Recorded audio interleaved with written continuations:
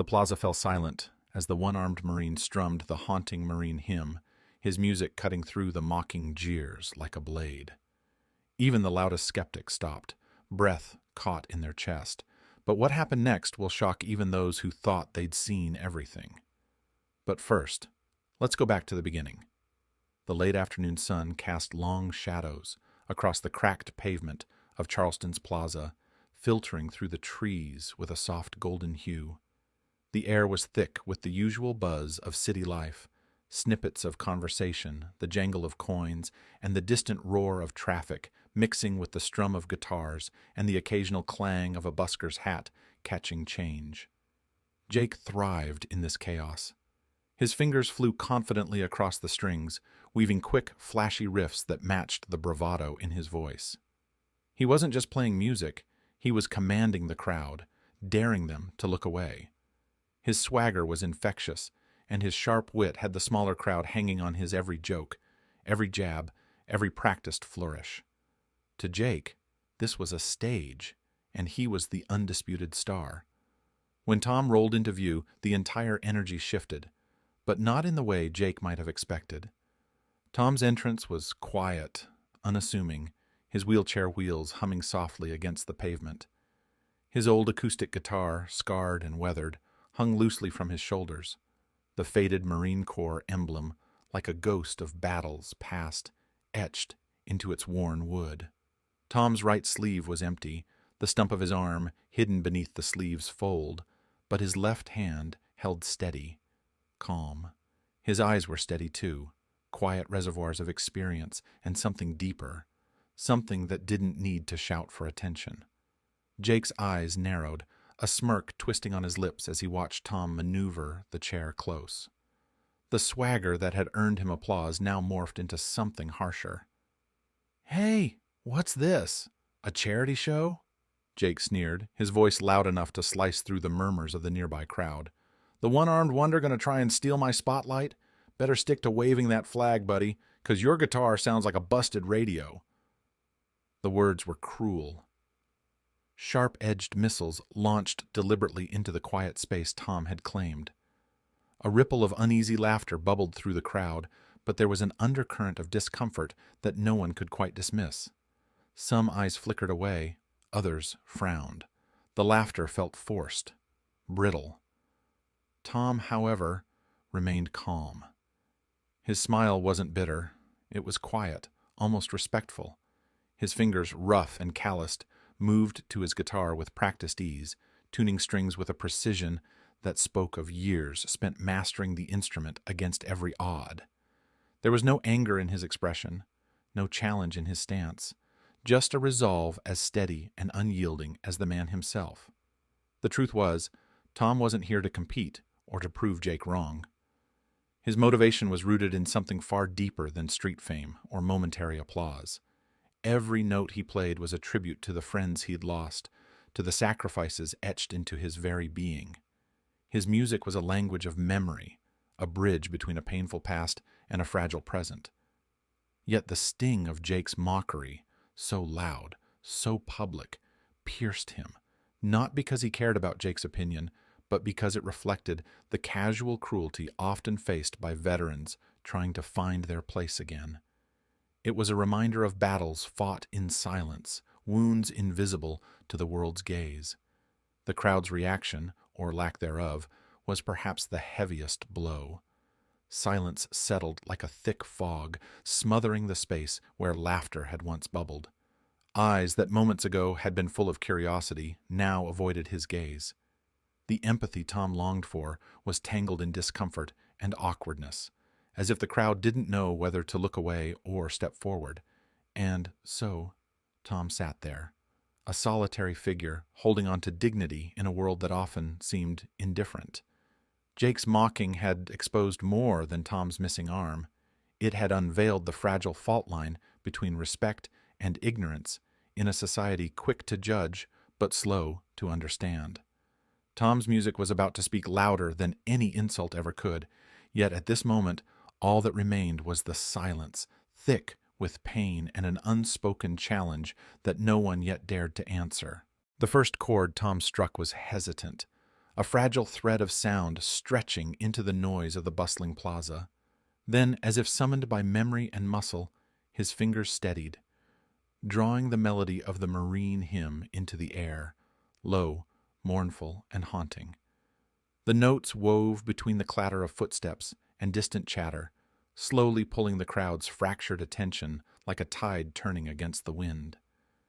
The busy afternoon dulled around Tom, the bustling sounds receding, replaced by a solemn hush that settled like a shroud over the plaza.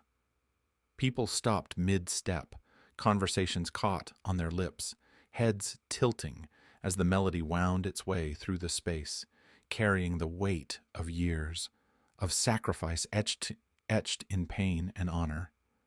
The marine hymn was more than a song. It was a living testament, a sacred echo of those who had stood, fought, and fallen. Tom's single hand moved with a grace that defied loss, fingers coaxing out notes that seemed to pulse with heartbeats long past. Each strum was deliberate, precise, an act of defiance against the silence the world sometimes pressed upon veterans like him. Jake's sharp laugh, once a jagged burst cutting through the plaza, faltered and then died completely. His smug grin unraveled as the crowd's laughter faded into an uneasy stillness that throbbed with meaning. The mocking veil he'd worn slipped away, revealing the raw edge of something less comfortable, respect tangled with guilt, admiration shadowed by his own fragile pride. The spotlight Jake craved flickered uncertainly, shrinking beneath the gravity of Tom's quiet courage. The weight of the music expanded, filling every crevice of the plaza, folding around the listeners like a shared breath. The marine hymn's solemn strains were more than melody. They were memory, mourning, and hope all bound into one. It spoke of endurance, of unyielding spirit against the odds, and of the invisible scars that refuse to fade. Tom, with every note, transformed the plaza into a sacred ground where strangers became witnesses to a deeper truth, one not easily spoken but impossible to ignore. Beneath the surface, Jake wrestled with a storm of emotions. His arrogance was armor forged from insecurity, a desperate shield to hide the gnawing fear of obsolescence, of being eclipsed by something he couldn't control or understand. The arrogance that had fueled his jabs was a mask for vulnerability, a fear that the crowd might look past his flashy showmanship to see something real and raw in Tom's resilience. But as the hymn filled the air, that mask cracked. Jake's hands, once ready to mock or drown out the music with louder riffs, stayed still. His gaze dropped to the pavement, unsteady and unwilling to meet Tom's steady eyes. Around them the crowd shifted again, the silence deepening into reverence. A woman near the edge of the circle wiped a tear from her cheek, her posture rigid, her uniform a quiet testament to battles, both public and private. She was a veteran, her presence lending weight to the moment. An unspoken acknowledgement passed through shared experience. Others, moved by the gravity of the hymn, reached slowly into their pockets, pulling out small flags worn soft by years of folding and unfolding. They rose, some uncertain, some deliberate, standing at attention in a silent salute that rippled through the plaza like a pulse. Tom's music had become more than performance. It was a bridge across divides, a call to recognize the invisible sacrifices threaded through the crowd's very fabric. The marine hymn was a language spoken not just by the fingers on the strings, but by every heart listening, resonating in the shared stillness that held the plaza captive. It demanded respect, asked for remembrance, and ignited a quiet hope, hope that beneath the noise and mockery, understanding could take root. In that moment, the plaza was transformed.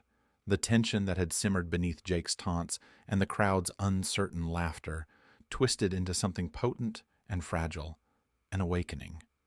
Tom's hymn wasn't just a song, it was a reckoning. The music summoned a truth too complex for words alone, weaving together pain and pride, loss and resilience, anger and hope, in a melody that lingered long after the last note faded into the late afternoon light. When the final note of the marine hymn dissolved into the thick afternoon air, an almost tangible silence clung to the plaza, as if the city itself had paused to catch its breath.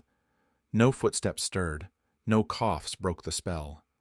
The usual cacophony of urban life, cars honking, distant chatter, the rustle of a breeze, was swallowed by the gravity of what had just unfolded. The melody, heavy with the weight of sacrifice and unyielding will, had etched itself into the hearts of every witness, leaving a residue of reverence that filled the space between them. Then a single pair of hands broke the quiet, clapping, tentative at first, uncertain whether the moment was theirs to claim. The applause was soft, respectful, yet laden with meaning. It was the sound of recognition, an acknowledgement that what had been witnessed transcended mere performance. Slowly, others caught on, fingers joining in, palms meeting with increasing confidence and warmth. One by one, the hesitant claps swelled into a crescendo, a unified roar of genuine appreciation and honor that swept through the crowd like a rising tide. The plaza, once fractured by jeers and mockery, now pulsed with a collective heartbeat of respect. Jake's eyes were fixed downward, tracing the worn fretboard of his guitar as shame crawled over his features like an unwelcome shadow. The swagger and bravado that had fueled his insults now wilted under the weight of undeniable truth. His chest tightened, the breath caught somewhere between regret and awe. For a moment, the arrogance that had shielded him shattered, exposing the vulnerability beneath. Yet, rather than retreat or retaliate, Jake took a step forward, uncertain but resolute. His hand extended slowly, breaking the invisible barrier between mockery and respect.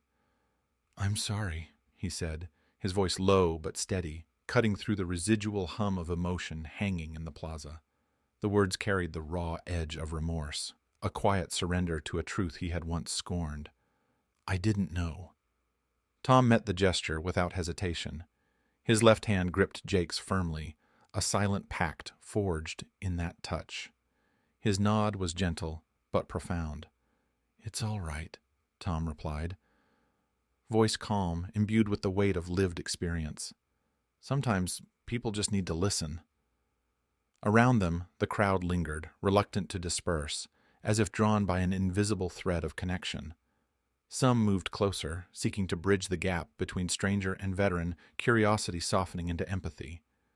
They asked questions, soft-spoken, respectful, about the scars beneath the surface, about the stories carried silently in a one-handed guitar's chords. Words flowed slowly but surely, weaving a tapestry of shared understanding and honor that no mockery could unravel. The plaza had transformed from a battleground of egos to a sanctuary of learning and recognition. The initial cruelty was overshadowed, overturned not by anger or confrontation, but by the quiet power of resilience and truth. Tom's strength lay not in perfection, but in presence. His music a living testament that courage is measured not by flawlessness, but by the will to stand tall when the world casts doubt. His story, played in every deliberate strum, inspired those who watched, awakening in them a deeper respect for the unspoken battles fought beyond sight.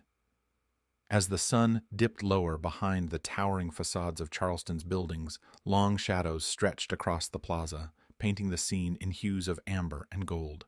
The light softened, mirroring the mood, a collective spirit touched, forever changed by the day's unfolding. The space hummed with a newfound vitality, alive with the promise that respect, born from understanding, could endure beyond fleeting moments of spectacle or scorn.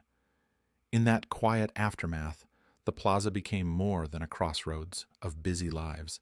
It became a crucible where humanity was tested and reforged, and beneath the fading light, Jake and Tom stood side by side, not as rivals, but as witnesses, to a moment when silence was broken by truth, and triumph was carved not from dominance, but from shared grace.